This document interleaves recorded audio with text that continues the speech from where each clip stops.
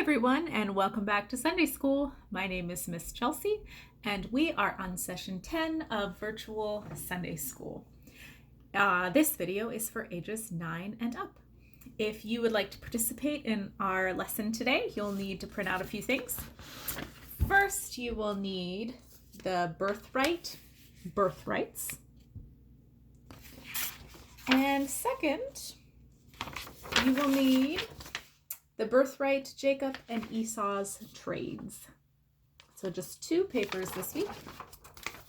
You'll also need something to write with, and of course, something to color with.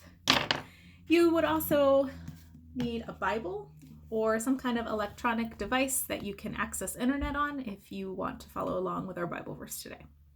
I think that's it. So pause the video, grab those things, and we'll be back.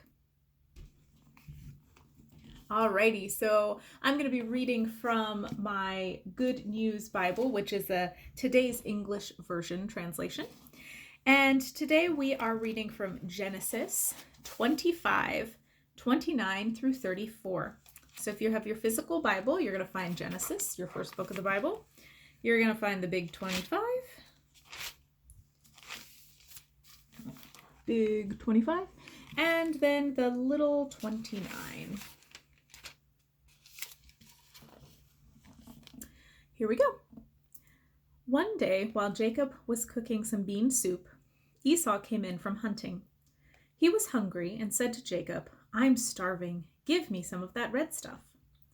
Jacob answered, "I will give it to you if you give me your rights as the firstborn son." Esau said, "All right, I'm about to die. What good will my rights do me?" Jacob answered, "First, make a vow that you will give me your rights." Esau made the vow and gave his rights to Jacob.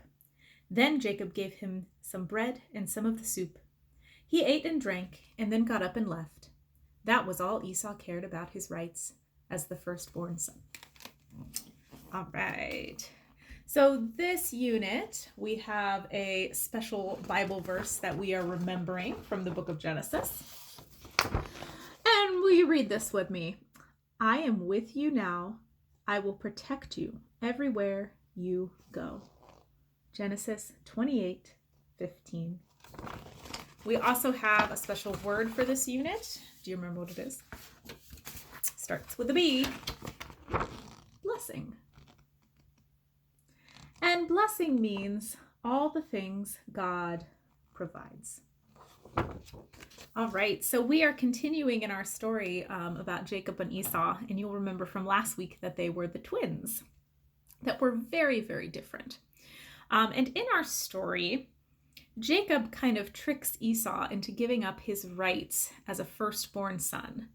Okay, well, why does that matter? What does that mean to have rights as a firstborn son? Well, if you get out your Birthright worksheet, we will read a little bit about that.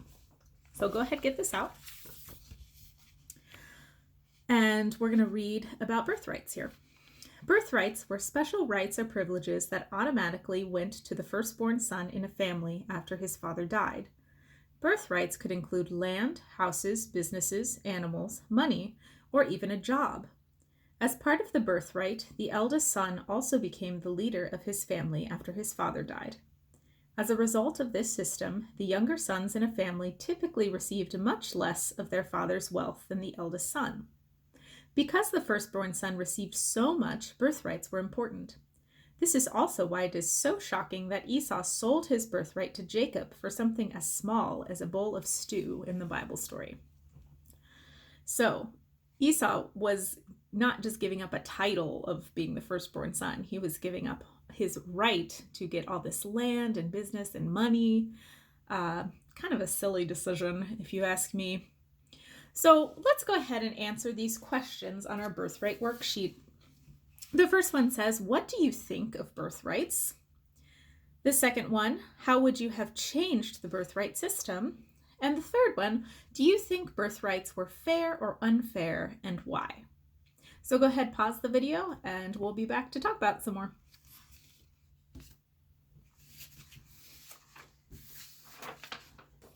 All right, so let's talk about this birthright thing. What do you think of it? What's your first impression of it?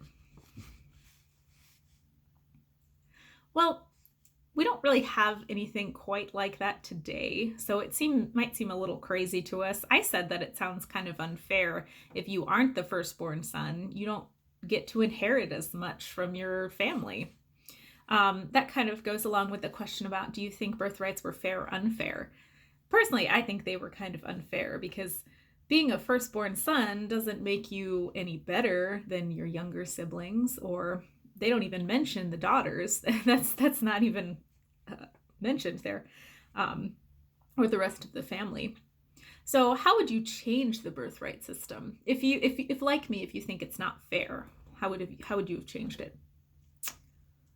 Well, I said that I think that the parents should choose how to divide all of their assets, their land, houses, and businesses and stuff, amongst their family. And what would seem fair is to split it evenly amongst their family, but I guess that's not how they did it back then. What did you think? Make sure you share that with someone in your family. That'll be something fun to talk about. All right.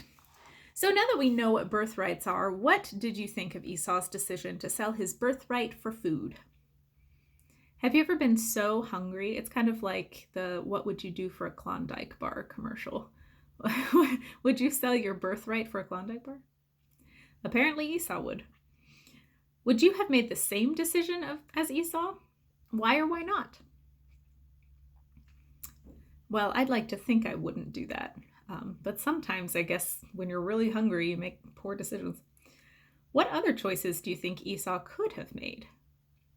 So instead of selling his birthright, what else could he have done? Well, he could have tried to go find food somewhere else. He could have said, "No, Jacob, I'm not doing this for you. Please give me some food." He could have even gotten his mom or his dad involved. He had a lot of other choices other than just selling his birthright. Today we learned all about how Esau gave away his birthright for a meal. If he had waited, he would have had something much more than a bowl of stew. Jacob took his brother Esau's birthright by tricking him into selling it to him for a bowl of stew. Jacob could have made a kinder choice to share the stew with his brother and not take his birthright. So we can't make real soup together today, but we can color some. So go ahead and get out your Jacob and Esau's trades worksheet.